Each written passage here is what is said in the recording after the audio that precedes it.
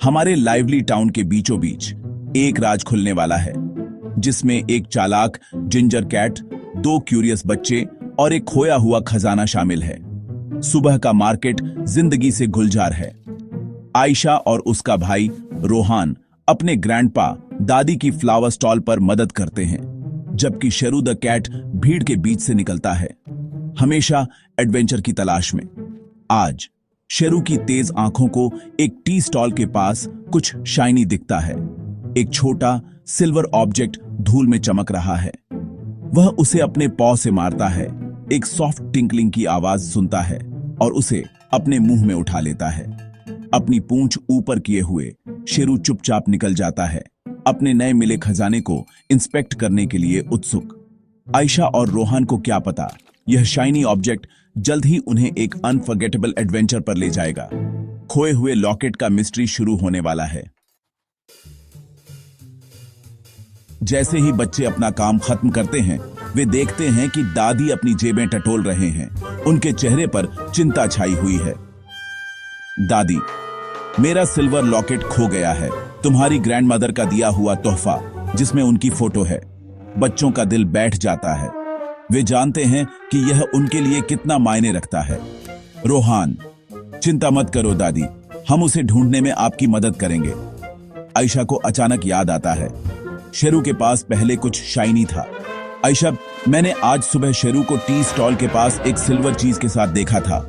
रोहान, मैंने भी, वह उसके साथ भाग गया था। दादी की आंखों में उम्मीद लौट आती है। बच्चों को एहसास होता है कि शेरू ही इस मिस्ट्री की चाबी है। उनकी क्लेवर कैट की तलाश शुरू होती है। शेरू की तलाश जारी है। बच्चे और दादी उसका नाम पुकारते हैं, मार्केट के हर कोने में ढूंढते हैं। जैसे ही वे हार मानने वाले होते हैं, रोहान को शेरू की जिंजर पूंछ एक कोने से फिसलती हुई दिखती है। वे उसके पीछे जाते हैं, ब्राइट कलर्स में रंगी हुई पतली गलियों से गुजरते हुए। रास्ते में एक कबूतर और एक गिलहरी उन्हें रास्ता दिखाते हुए लगते हैं, शेरू का रास्ता बताते हुए। दादी, शेरू के कई दोस्त हैं, ऐसा लगता है। शहर के जानवर एडवेंचर में शामिल हो जाते हैं, चेस को मैजिकल बनाते हुए। परिवार शेरू के पीछे भागता है। हर कदम के साथ उम्मीद और एक्साइटमेंट बढ़ती जाती है। शेरू उन्हें जिंदगी से भरपूर गलियों से ले जाता है। बच्चे खेलते हुए, हवा में मसालों की खुशबू और धूप में सूखती हुई साड़ियां। यह चेस एक जॉयफुल जर्नी बन जाती है, परिवार को अपने शहर के छिपे हुए कोने दिखाती है।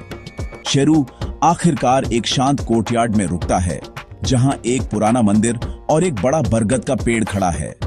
शहर का शोर शांत हो जाता है, उसकी जगह शांति ले लेती है। कबूतर मंदिर की छत पर उतरता है, गिलहरी एक डाल पर इंतजार करती है। शेरू बरगद की जड़ों तक जाता है, मियाऊ करता है और कुछ शाइनी चीज को नज करता है। आयशा और रोहान आगे बढ़ते हैं, दादी उनके ठीक पीछे। वहां जड़ों के बीच खोया हुआ सिल्वर लॉकेट पड़ा है, सुरक्षित और चमकता हुआ। शेरू ने इसे अच्छी तरह से गार्ड किया है। परिवार इकट्ठा होता है, दिल राहत और ग्रेटिट्यूड से भरे हुए। आयशा लॉकेट दादी को देती है, जो उसे कांपते हाथों से खोलते हैं और आंसुओं के बीच मुस्कुराते हैं। दादी, शुक्रिया। शेरू, तुम क्लेवर वंडरफुल कैट। शेरू पर करता है, परिवार के अफेक्शन में डूबा हुआ। सुबह की उदासी चली गई है, उसकी जगह खुशी और टुगेदरनेस ने ले ली है। उस दिन से शेरू सिर्फ एक मार्केट कैट नहीं है, वह परिवार है। उसे एक लविंग होम मिलता है और परिवार को एक लॉयल दोस्त। कभी कभी सबसे छोटे जीव सबसे बड़ा फर्क डालते हैं। शेरू को याद रखना और काइंडनेस तुम्हें अपनी वंडरफुल स्टोरीज की ओर ले जाए।